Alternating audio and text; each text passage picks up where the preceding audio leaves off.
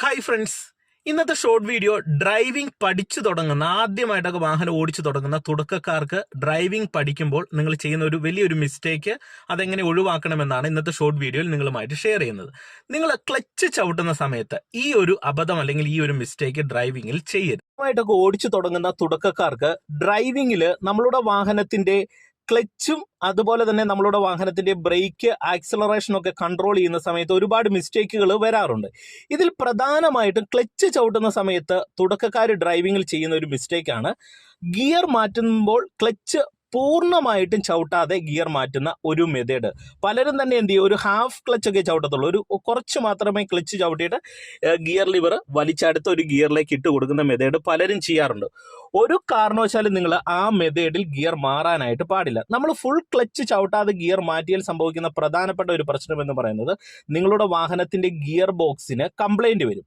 അപ്പം നിങ്ങൾക്ക് ഒരു ചോദ്യം ഉണ്ടാകും, ഞാൻ ഗിയർ മാറ്റുന്ന സമയത്ത് അടുത്തൊരു ഗിയറിലേക്ക് വീഴാതെ വണ്ടി പെട്ടെന്ന് ഓഫായി പോകുമോ എന്നുള്ളൊരു ചിന്തയിലാണ് തിടുക്കത്തിൽ ഗിയർ മാറ്റുന്നതെന്ന് പലരും പറയാറുണ്ട്. എന്നാൽ നിങ്ങൾക്ക് ആ ഒരു പ്രശ്നം മാറ്റാനായിട്ട് നിങ്ങൾ ചെയ്യേണ്ട ഒരു കാര്യം എന്ന് പറയുന്നത്, ബ്രേക്കേ കാല് വെച്ച് നമ്മൾ ക്ലച്ച് ചവിട്ടി വണ്ടി സ്റ്റാർട്ട് ചെയ്യുന്നു, ഫസ്റ്റ് ഗിയർ കൊടുക്കുന്നു, എന്നിട്ട് നമ്മൾ ബ്രേക്ക് ചെയ്യുന്ന കാലെടുത്ത് ആക്സിലറേറ്റർ പെഡലിലേക്ക് വെക്കുക, ഹാഫ് ക്ലച്ചിന്റെ പോയിന്റിലേക്ക് നമ്മൾ വരുന്നു, ആക്സിലറേഷൻ കൊടുത്ത് ഹാഫ് ക്ലച്ചിന്റെ പോയിന്റിൽ നിന്ന് വണ്ടി അയച്ച് നമ്മൾ എടുക്കുകയാണ്, ആക്സിലറേഷൻ കൊടുത്തെടുക്കുന്നത്. എന്നിട്ട് സെക്കൻഡ് ഉടനെ കൊടുക്കാതെ നിങ്ങൾ എന്ത് ചെയ്യണം, ആക്സിലറേഷൻ കൊടുത്ത് വണ്ടിക്ക് മൂവ് ആക്കുക. മൂവ് ആകുന്ന സമയത്ത് വണ്ടി കുറച്ച് സമയം ഇങ്ങനെ റൺ ചെയ്തുകൊണ്ടിരിക്കുന്ന സമയത്ത് എന്ത് ചെയ്യണം, ആക്സിലറേഷൻ അയക്കുന്ന സമയത്ത് വണ്ടി കുറച്ച് നേരം ഉരുണ്ടോണ്ടിരിക്കും.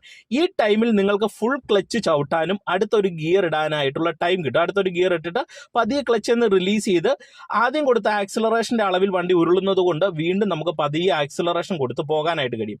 വീണ്ടും തേർഡ് കൊടുക്കുന്ന സമയത്ത് ഒരു സ്ട്രെയിറ്റ് റോഡാണോ എന്ന് നോക്കുക. എന്നിട്ട് ആക്സിലറേഷൻ കൊടുത്ത് വണ്ടിക്ക് കുറച്ച് ചലനം നൽകുന്ന സമയത്ത് ഇടത്തേക്കാലെടുത്ത് ക്ലച്ചിലേക്ക് ഒന്ന് വെച്ചേക്കണം.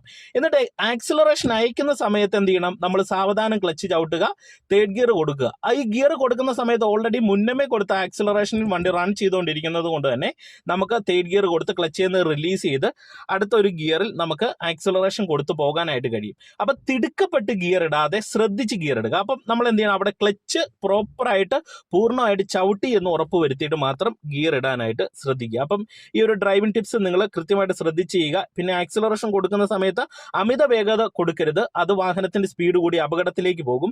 വേഗത കൂടിയെന്ന് തോന്നിയാൽ ജസ്റ്റ് ബ്രേക്കിൽ ബാലൻസ് ചെയ്തിട്ട് വേഗത കുറയ്ക്കുക. ആ സമയത്ത് ക്ലച്ച് പിടിച്ചടുത്തൊരു ഗിയർ ഇടാനായിട്ട് ശ്രദ്ധിക്കുക. ഓക്കെ, അപ്പൊ ഈ ഷോർട്ട് വീഡിയോ നിങ്ങൾക്ക് പ്രയോജനം ചെയ്തെന്ന് വിശ്വസിക്കുന്നു.